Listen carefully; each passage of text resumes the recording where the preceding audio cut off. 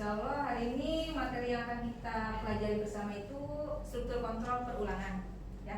Tapi sebelum masuk ke materi, kita berdoa dulu ya. Berdoa menurut agama dan kepercayaannya masing-masing, di dalam hati dimulai.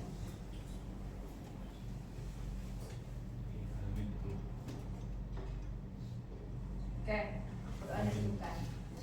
Nah, tujuan pembelajaran kita hari ini yaitu tentang struktur kontrol, di mana ada 4 poin tujuan. Ya. Yang pertama, memahami konsep dasar perulangan, seperti apa konsepnya, seperti apa penggunaannya. Kemudian mengimplementasikan beberapa jenis statement perulangan, yakni ada for, while, sama do while. Kemudian yang ketiga, memahami urgensi penggunaan ketiga statement tersebut. Perbedaannya apa, itu peruntukannya apa. Kemudian yang keempat, tujuannya itu mampu menyusun program sederhana menggunakan ketiga statement perulangan tadi, itu ya tujuannya. Sebelum kita masuk ke pembelajaran intinya, saya mau review materi perkuliahan sebelumnya di pertemuan kelima. Kemarin kita belajar apa? Input, proses, output. Nah, itu tuh alur program kan ya? Alur program itu selalu ada input, proses, dan output ya. Terus jenis-jenis proses apa aja yang sudah kalian dengar atau pelajari? Sequence, selection, iteration, sama concurrent gitu ya. Oke, kalau yang pertama itu sequence itu apa?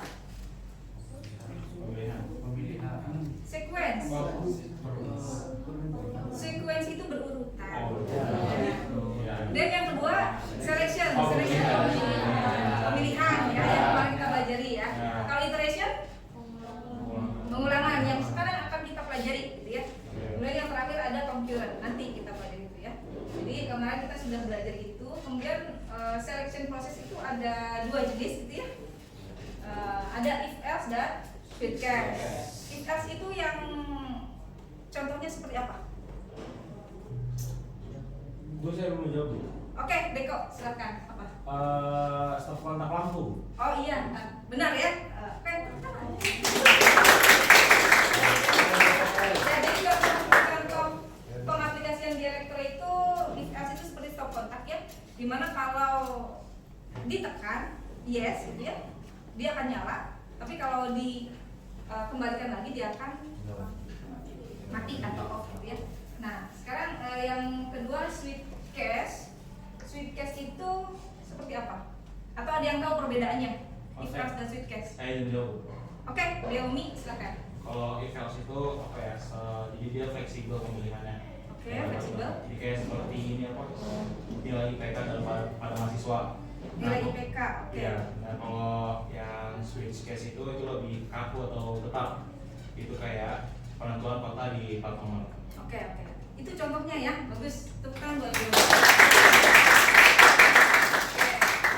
Saya simpulkan, if else itu tadi seperti yang Deomi sampaikan, ya, bahwa dia itu pemilihan yang fleksibel sesuai kondisi.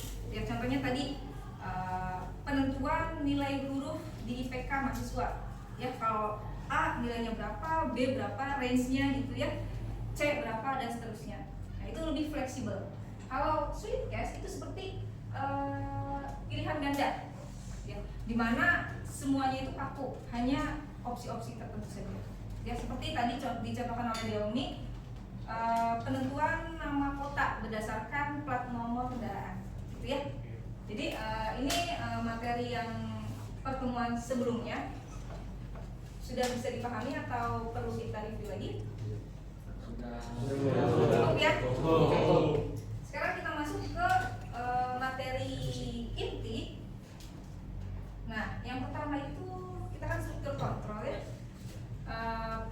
proses perulangan atau iteration proses, dimana sebelum kita belajar kita harus tahu dulu alasannya belajar struktur proses perulangan.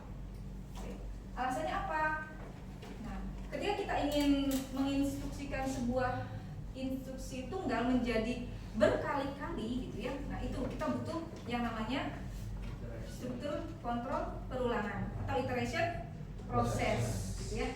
Nah, ini. Jadi mengubah instruksi tunggal menjadi sebuah siklus otomatis, gitu ya. Jadi kita nggak perlu memberikan instruksi tunggal berkali-kali. Jadi cukup sekali aja kita masukkan ke iteration proses, dia akan berulang-ulang. Ya. Yang kedua, mengulang suatu proses berkali-kali selama kondisi tertentu terpenuhi. Ya. Jadi struktur kontrol perulangan ini sangat dibutuhkan ketika kalian membuat sebuah program. Nah, di sini ada perbedaan dari ketiga proses gitu yang telah kalian pelajari. Yang pertama ada sequence. Kalau kita lihat sequence itu kayak ngalir terus gitu ya, nggak ada hambatan gitu ya, seperti aliran listrik, kabelnya gitu lurus aja. Yang kedua selection. Selection tadi seperti disebutkan oleh Deko gitu ya, contohnya seperti stop kontak, dimana kalau on dia akan mengalirkan arus listrik gitu ya, kalau dia off dia akan memutus. Bisa dipahami ya? Nah, sedangkan kalau iteration proses itu seperti apa? Seperti arus yang berputar selama saklar kondisi tertutup. Jadi ketika saklarnya tertutup, arus akan mengalir terus. Dia berhentinya kapan? Ya kalau ininya dibuka lagi gitu ya. Bisa dipahami sampai sini? Bisa. Bisa ya perbedaannya ya. Jadi sequence itu seperti apa, selection, kemudian iteration proses. Ini alasan kita harus belajar iteration proses. Ya. Nah, yang paling penting di iteration proses itu kita harus mengetahui 3 keywordnya. Ya, 3 keywordnya itu ada awal, ada akhir atau syarat, dan ada perubahan. Seperti ketika kalian mengaduk kopi, gitu ya, kalian akan aduk sampai apa? Nah, sampai tercampur kan ya, berarti pasti ada awal dan ada akhirnya. Gak mungkin ngaduk terus nggak diminum-minum, gitu kan ya? Nah, oke, jadi di sini ada 3 keyword, ada awal, ada akhir, dan ada perubahan. Dimana perubahan ini perubahan apa? Perubahan dari awal menuju akhir. Jangan sampai saya mengulang perulangan yang tidak menuju akhir. Nanti ya bakal muter-muter terus gitu ya, bakal nge-hang jadinya. Pernah pakai aplikasi yang nge-hang? Nah, itu salah satu penyebabnya itu ya, keyword ini tidak terpenuhi. Keyword ini tidak saling mendukung. Oke. Jadi ada awal, ada akhir, dan ada perubahan. Bisa dipahami? Bisa. Oke, next. Nah, di iteration proses itu ada 3 jenis. Kenapa harus ada 3 jenis? Pasti ada perbedaan untuk ketiganya, gitu kan ya? Ya. Ada 3 jenis. Yang pertama ada for, ada while, dan ada While. Ya, kita akan bahas satu persatu. Ya. Oke. Yang pertama for, struktur for. Nah, perulangan dengan struktur for ini dari ketiga keywordnya itu harus pasti. Maksudnya pasti gimana? Harus jelas. Jadi harus tahu kapan awalnya, kapan berakhir, dan perubahannya. Jadi udah pasti, nggak bisa berubah-ubah. Ya. Terus dia itu ideal untuk parameter matematis dengan batasan terukur. Karena dia pasti, jadi harus terukur. Jadi ketiga keywordnya itu harus sudah jelas. Ya.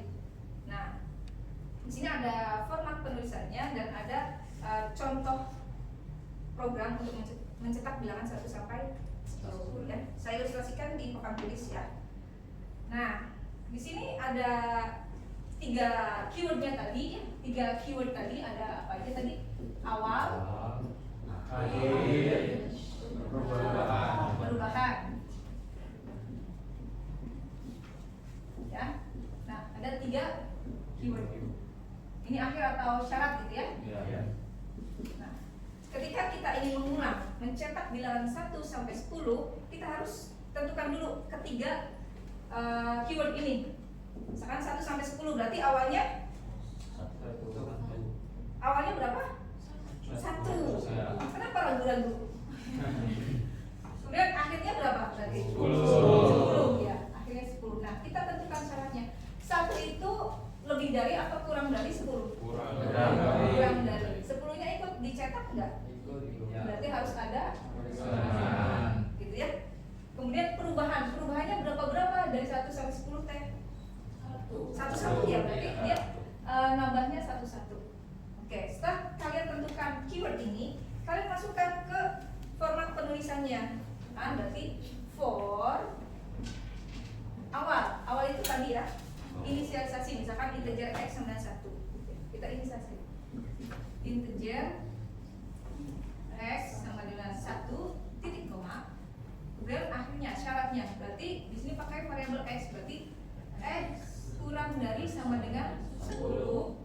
Perubahannya tambah 1. Masih ingat dengan increment dan decrement? Kalau nambah 1 berarti simbolnya apa? Plus. Berarti x plus. Nah, kayak gini. Baru ditulis instruksinya di sini apa? Mau mencetak, ya udah berarti pakai out. Cetak variabelnya x. Nah, ini dikasih spasi ya biar rapi seperti ini. Cukup seperti ini. Nanti dia akan mencetak dari 1, 2, 3 sampai 10. Bisa dipahami nggak? Saya cukup mudah kan? Oke. Sampai sini ada yang ditanyakan dulu? Izin bertanya Bu. Oke, Mas Hardi silakan. Gimana? Bagaimana jika ingin menampilkan urutan nilainya dari sebaliknya Bu? Misalnya dari 10 dulu sampai 9, 8. Oh, dari 10 ke 9 sampai 8 seterusnya sampai 1. Sampai 1 ya. Oke, berarti tadi Mas Hardi bertanya, dia ingin mencetak urutan dari kebalikannya. Iya. Berarti ada 10, 9, 8 sampai 1. Nah, ini kenapa saya tanya sampai? Berarti kan harus jelas. Iya. Ya. Nah, berarti kita tentukan dulu awalnya berapa? 10. Awalnya 10 ya. Akhirnya atau syaratnya 1. Nah, 1 itu lebih besar atau lebih kecil dari 10? Lebih kecil. Iya. Berarti 10, kalau saya tanya 10 lebih besar atau lebih kecil dari 1? Lebih besar. Besar. Maka harus lebih besar dari sama dengan 1. Sampai sini bisa dipahami? Perubahannya berapa? Perubahannya berapa? Min 1. Ya kan berkurang terus kan selesai. Ya. Oke, min 1. Baru kita masukin ke sini. Ya. Berarti for integer. Misalkan kita ganti variabelnya ya. Jadi misalkan integer y sama dengan berapa? 10 titik koma y lebih dari sama dengan 1 titik koma y min baru dicetak di sini ya. Output y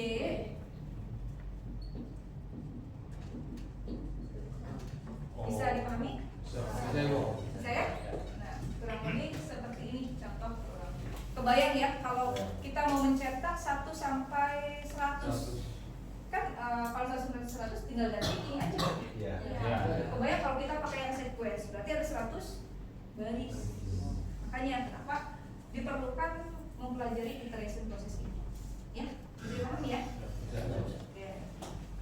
Nah, sekarang saya kasih tantangan ke kalian nih. Ada 2. Yang pertama, gimana caranya mencetak bilangan genap 2 sampai 10 ya. Dan yang kedua ada yang mencetak dari bilangan seperti output ini. Yang pertama dulu. Kira-kira gimana yang pertama? Izin menjawab Bu. Ya, Yang buat awalnya itu 2, akhirnya 10, terus perubahannya itu plus 2. Ya, benar? Benar nggak kira-kira? Benar. Kita coba ya. Tadi berapa? Kita masukin di sini aja ya. Awalnya berapa? 2. 2. Akhirnya 10. Perubahannya Plus 2. plus 2. Oke, berarti kita masukkan ke sini. Sok, gimana caranya Rena? Silakan. Tinggal dimasukin aja. Bebas, mau hapus angkanya atau semuanya bebas.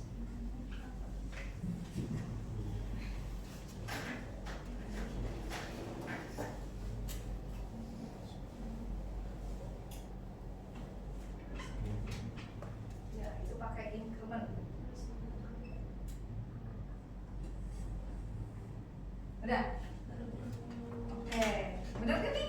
Oke. Berarti ya nanti setelah ini kita akan buktikan codingnya gitu ya, dibuktikan bahwa ini benar nggak sih outputnya seperti itu, gitu ya. Yang jelas kalian harus pahami lagi dari 3 keyword ini, gitu ya. Jadi tinggal masukkan ke sini, dan sini. Adapun cara mencetaknya bebas kalian seleranya yang gimana, gitu ya. Bisa pahami ya. Oke, sekarang ke yang nomor 2. Kira-kira itu teh bilangan apa? Izin menjawab Ibu. Oke, Nabila, bilangan. Perpangkatan kan Bu? Iya, benar ya. Perpangkatan, kira-kira perpangkatan dari berapa sampai berapa? 1 sampai 5. Ya, 1 sampai 5. Berarti kan kita tentukan dulu di sini awal dan akhirnya, gitu ya. Berarti awalnya tadi 1, akhirnya 5. Kira-kira perubahannya berapa? Plus 1 ya. Berarti di sini perubahannya plus 1. Dan untuk menampilkan ke program kira-kira seperti apa? Bisa dijawab? Bisa. Oke, silakan.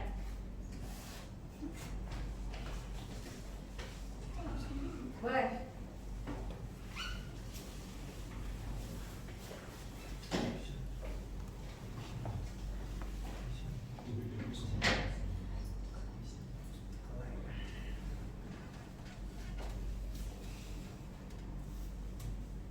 Awalnya 1, akhirnya 5.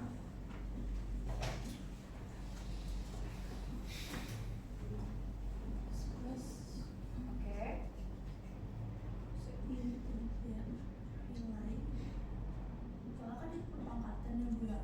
Ya, berarti perpangkatan itu berapa kali berapa?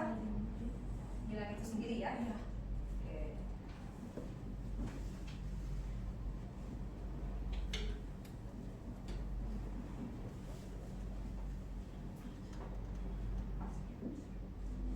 Wah, mantap.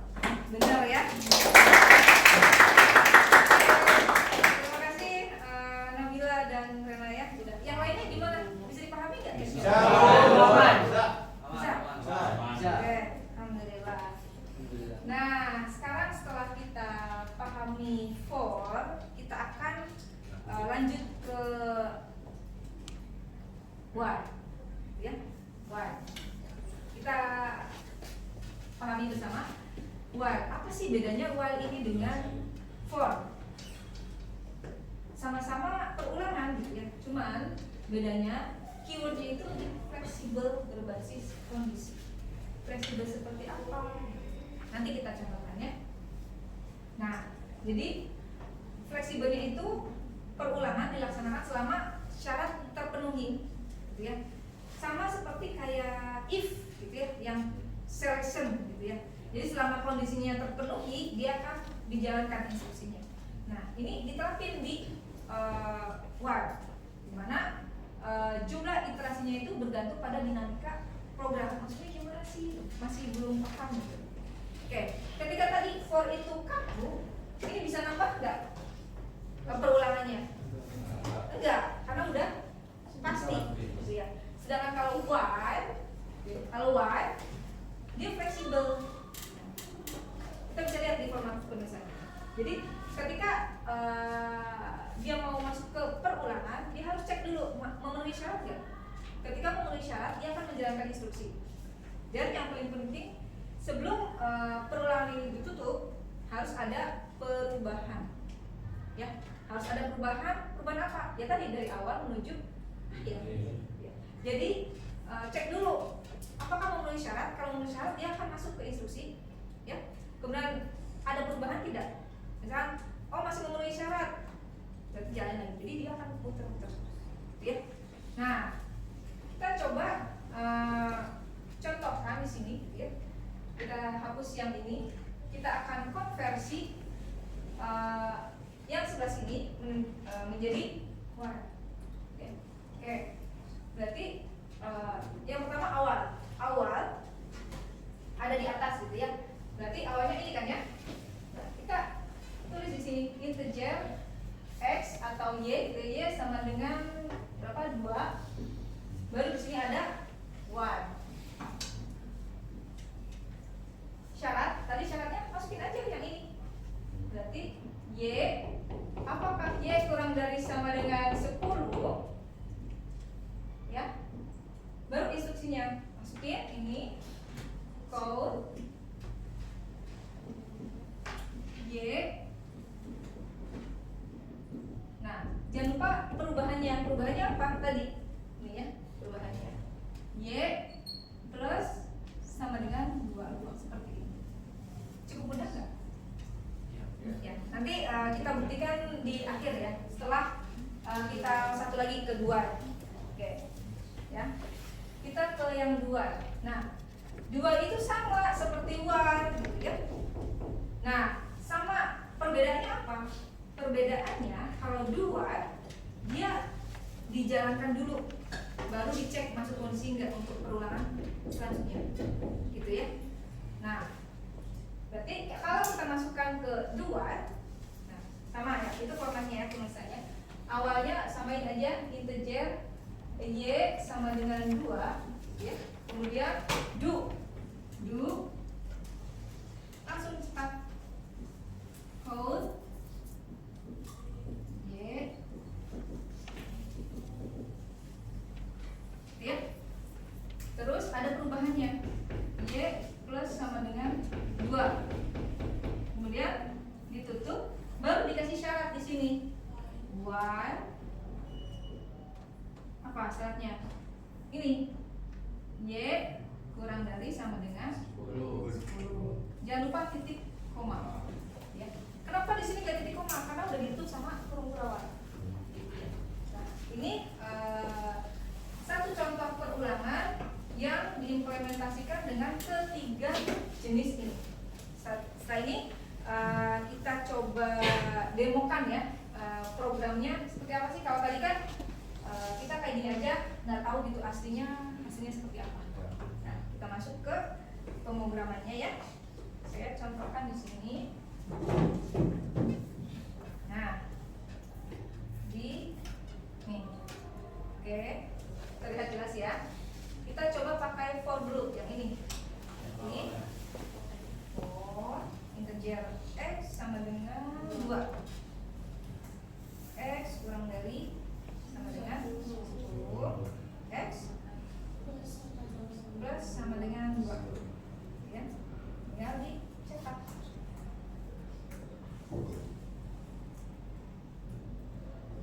Nah, kita coba jalankan ya.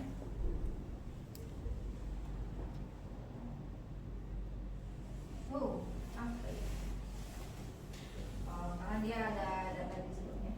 Oke, bentar ya. Saya clearin datanya dulu. Bentar ya. Ini contoh percobaan sih. Ya. Oke. Kita coba jalankan.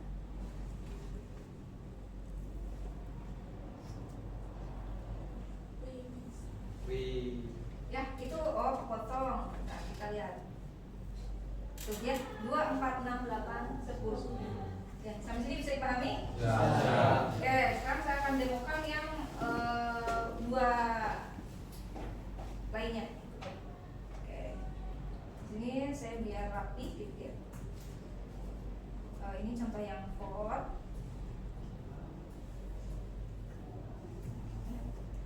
Nanti habis ini kita contohkan ke yang while.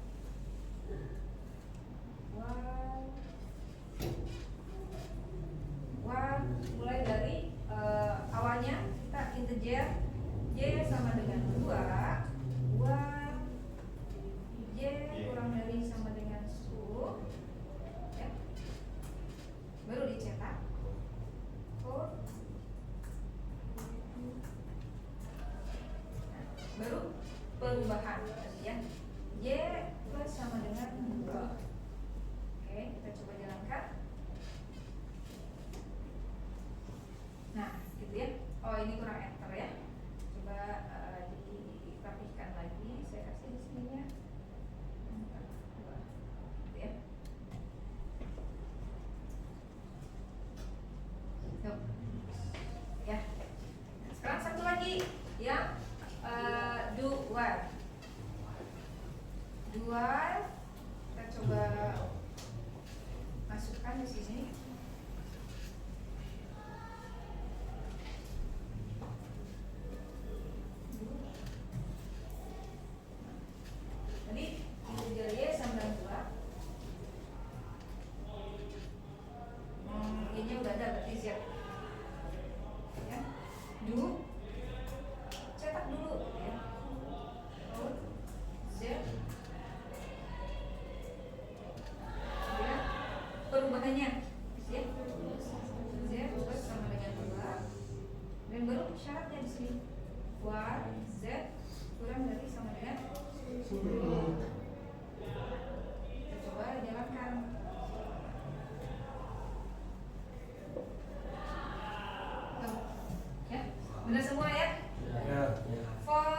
dan dua. Jadi ketiganya itu bisa digunakan. Gitu ya. Oke, ada pertanyaan sampai sini? Jawabannya Bu, Oke, Mas Syafril gimana? melihat dari contoh yang disampaikan selalu menggunakan tipe data integer, apakah ada contoh lain yang menggunakan tipe data lainnya Bu? Oh, oke. Pertanyaannya bagus ya. Beri tepuk tangan dulu. Pertanyaannya out of the box gitu ya. Ya, benar. Dari tadi saya menjelaskan dengan integer semua. Apa bisa sih pakai tipe data lain? Bisa. Makanya di sini ada 3, ya, ada 3. Kalau untuk for ini khusus untuk integer, ya. Tapi kalau untuk while sama do while dia bisa seluruh tipe data. Ya, gitu ya.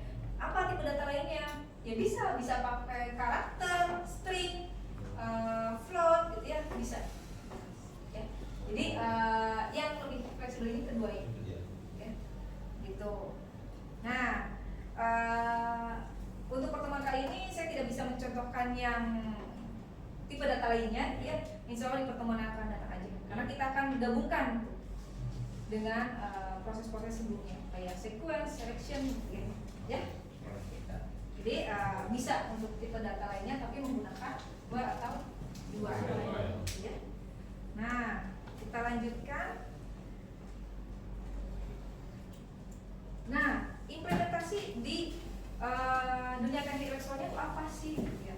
Kalian sering lihat lampu kedip-kedip? Ya. Nah, itu pakai for. Jadi for atau while kedua itu bisa pakai, ya, tergantung tadi gitu ya. Dia mau kedap-kedipnya jumlahnya tetap atau enggak? Gitu ya. Kalau tetap pakai yang for. Kalau enggak tetap, yang dinamis bisa berubah-ubah, pakai yang kedua ini. Nah, terus yang kedua ada contoh apa ini contohnya? Peko yang buat masak air, gitu kan? Jadi dia akan nyala kalau apa? Iya, kalau dicolok. Maksudnya dia akan nyala terus kalau nah, kalau apa? Dia bakal terus nyala kalau suhunya belum mencapai 100, gitu kan? Kalau udah 100 dia akan mati sendiri kan? Ya, ada yang punya alat itu? Pantesan nggak tahu ya. Oke, yang ketiga dua itu jadi dia dilaksanain dulu, baru diulang sesuai fleksibilitasnya, gitu ya. Nah, contohnya seperti apa? Seperti kayak misalkan alat baru dinyalain nih, dia lampunya akan nyala, menandakan bahwa alat sudah siap digunakan, ya kayak gitu ya. Nanti setelah itu nyala lagi enggak? Ya tergantung kondisi, gitu, diulang lagi enggak, gitu ya. Ini salah satu contoh penerapan iteration proses di teknik elektro, gitu ya. Nah, masuk ke yang akhir, kita akan ringkas ya dari ketiga jenis iteration proses ini, gitu ya, for, while, sama do while. Jadi yang pertama dari tipe data yang digunakan. Kalau for banyak, sebagian besar, dan saya belum pernah menemukan selain data integer, gitu ya. Jadi for itu integer. Kalau while dan do while dia bisa all data type. Misalkan apa sih contohnya? Misalkan gitu ya. Apakah Anda ingin memulai program? Ya. Saya contohnya pakai ini ya. Ya. Maka dia akan jalan program. Apakah ingin mengulang program? Ya, dia akan mengulang. Apakah ingin mengulang program? Tidak. Berarti program akan berhenti. Dia akan berhenti mengulang. Seperti itu ya. Kemudian jumlah iterasi. Kalau for itu pasti sesuai awal, akhir, dan perubahannya. Nggak bisa diubah-ubah. Kalau while sama do while itu dinamis. Tergantung ini syarat isinya memenuhi enggak, gitu ya. Dan untuk lokasi iterasinya, untuk for sama while itu ada di awal. Jadi dia langsung ulang, gitu. Kalau do while dia di akhir, karena dia dijalani dulu baru diulang. Ya. Dan untuk jaminan eksekusinya, for sama while itu tidak ada jaminan. Selama memenuhi persyaratan dia akan masuk, kalau enggak ya enggak.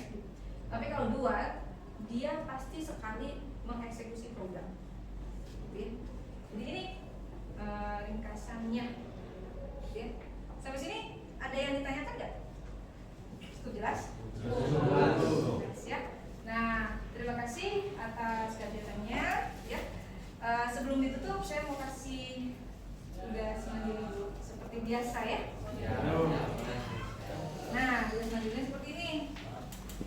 Kalian buat program menggunakan ketiga struktur kontrol tadi ya, untuk menampilkan jarak bilangan. Nah, kira-kira ini jarak bilangan apa?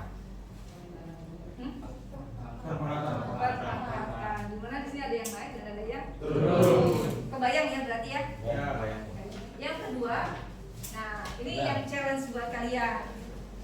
Jadi kalian buat program yang menerima input bilangan positif. Misalkan inputnya 5. Nah, nanti outputnya itu faktorial dari 5. Faktorial dari 5 apa aja berarti? 5 dikali 4 kali 3 kali 2 kali 1. Nanti dijumlahin semua hasilnya itu. Ya, nanti kalian bikin. Nah, tugasnya seperti biasa dikumpulkan melalui LMS Biji Pintar. Kapan deadline-nya?